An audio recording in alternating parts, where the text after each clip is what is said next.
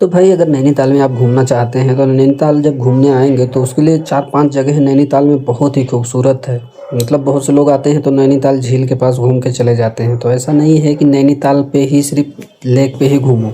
अगर यहाँ आते हैं लगभग 4 से 5 जगह बहुत ही खूबसूरत है जो आपको घूमने के लिए और आपके यादगार लम्हों के लिए बहुत ही खूबसूरत जगह हैं जो मैं बताऊँगा कि हाँ कहाँ कहाँ आप घूम सकते हैं। इस वीडियो में सिर्फ यही है। पहले अगर हम बात करें तो नैनी जो झील है, the lake city of Nainital, Nainital के केंद्र में स्थित एक खूबसूरत झीलों चारों तरफ से पहाड़ियों से घिरा हुआ है। ये ऐसा मौसम है कि किसी ठंडी में बढ़िया रहता है, गर्मी में भी ठंडा मौसम रहता है, बारिश में जो है यहाँ पे एकदम धुआं धुआं रहता है। मतलब कि कोहरा इतना ज़्यादा रहता है कि आप कोहरे में भी, बारिश जैसे ही बंद होता है बरसात में, जैसे ही कोहरा पूरा घेर लेता है। अब यहाँ पे जब घेर लेता है कोहरा तो मौसम ऐसा लगता है कि आप जनवरी फरवरी में हैं। अगर यहाँ देखें तो आप बोटिंग, नाव चलाने का भी मज़ा ले सकते हैं और शाम के समय पानी में पहाड़ियों की परछाई का अद्भुत नज़ारा देख सकते हैं। स्ट्रीट फूड की अगर बात करें तो झील के किनारे बने माल रोड पर टहलते हुए आप स्थानीय स्ट्रीट फूड के स्टॉल का भी लुत्फ़ उठा सकते हैं, क्योंकि माल रोड पे चारों साइड में, दोनों साइड में भी बने हुए हैं, बढ़िया स्ट्रीट फूड मिलते हैं। लेकिन बस थोड़ा सा यहाँ पे क्या होता है कि थोड़ा महंगा है, क्योंकि ये पहाड़ी एरिया है तो नीचे से जब आता है माल तो ऊपर आते आते बहुत महंगा पड़ जाता है। इसके वजह से यहाँ पे जो भी सामानें आते हैं पहाड़ पे तो महंगा हो जाता है। अब बात करते हैं माँ नैना देवी नैनीताल का। जब बात करते हैं, नैनी झील के उत्तरी किनारे पे स्थित है। यह है प्राचीन और अत्यंत पवित्र धार्मिक स्थल है। यह मंदिर हिंदू पौराणिक कथाओं की भी एक महत्वपूर्ण स्थान रखता है और माना जाता है कि यहाँ सती माता के नेत्र गिरे थे। झील के किनारे बने होने के कारण ये परिसर जो है बहुत ही शांत और सकारात्मक ऊर्जा महसूस होती है। मैंने खुद दर्शन किए हैं और बहुत ही शानदार अनुभव मिला है यहाँ पे। अगर दर्शन की बात करें तो यहाँ पे 5 बजे खुलती है मंदिर और 7 बजे तक खुला रहता है। 7 बजे के बाद बंद हो जाता है। लेकिन अगर नवरात्रि में बात करें या फिर कोई त्यौहार रहता है तो थोड़ा टाइम टेबल इसका अलग रहता है। बाकी टाइम पे 5 बजे से 7 बजे तक का टाइम रहता है।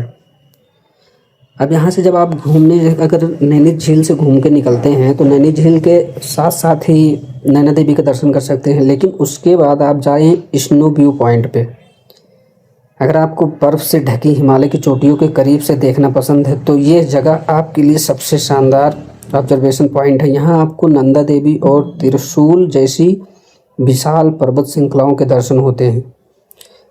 अगर इस पॉइंट तक पहुँचने के लिए केबल कार, रोपवे का सफ़र बेहद रोमांचक होता है। इसके अलावा आप यहाँ टैक्सी से भी पहुँच सकते हैं। बच्चों के लिए मनोरंजन है। यहाँ छोटे बच्चों के लिए कुछ गेम्स और राइड्स भी उपलब्ध हैं। और जब यहाँ ऊपर आप चढ़ते हैं तो इतनी शानदार लुक दिखाई देती है। मैं आप फ़ोटो में देख सकते हैं किस तरह से लुक है यहाँ का। तो बहुत ही ज़बरदस्त ऐसी जगह है ये। उस वहाँ से घूमने के बाद अगर जाएं तो ये, अगर टिफ़िन टॉप क्लोज भी हो जाता है, 8 बजे के शाम के बाद में बंद हो जाता है। अगर आप जाएं तो टिफ़िन टॉप एक जगह बोलती है।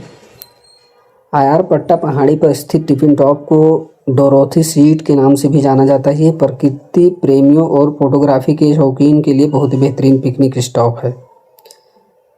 यहाँ से पूरे नैनीताल शहर और आसपास की हरी भरी पहाड़ियों का बेहद खूबसूरत विहंगम नज़ारा दिखाई देता है। अगर इस पॉइंट तक पहुँचने के लिए मुख्य रास्ते जो होते हैं वो ट्रैकिंग की जा सकती हैं या फिर आप घुड़सवारी का आनंद लेते हुए जा सकते हैं। अगर यहाँ तक आप घूम चुके हैं तो आप घूमिए इको केप पार्क। और टिफ़िन टॉप का मैं बता दूं कि 8 बजे ये भी शाम को बंद हो जाता है। और इको केप पार्क जो है वो भी 9, साढ़े 9 बजे तक बंद होता है। इको केप पार्क के मल्ली ताल के पास स्थित यह पार्क बच्चों और एडवेंचर पसंद करने वाले लोगों के लिए बहुत ही मज़ेदार जगह है। यहाँ प्राकृतिक रूप से बनी हुई गुफाएँ जिन्हें अलग अलग जानवरों के नाम दिए गए हैं। यहाँ पैंथर केव, टाइगर केव और बैट केव जैसी गुफाओं के अंदर रेंग कर या झुक कर जाने का अनुभव काफ़ी रोमांचक होता है।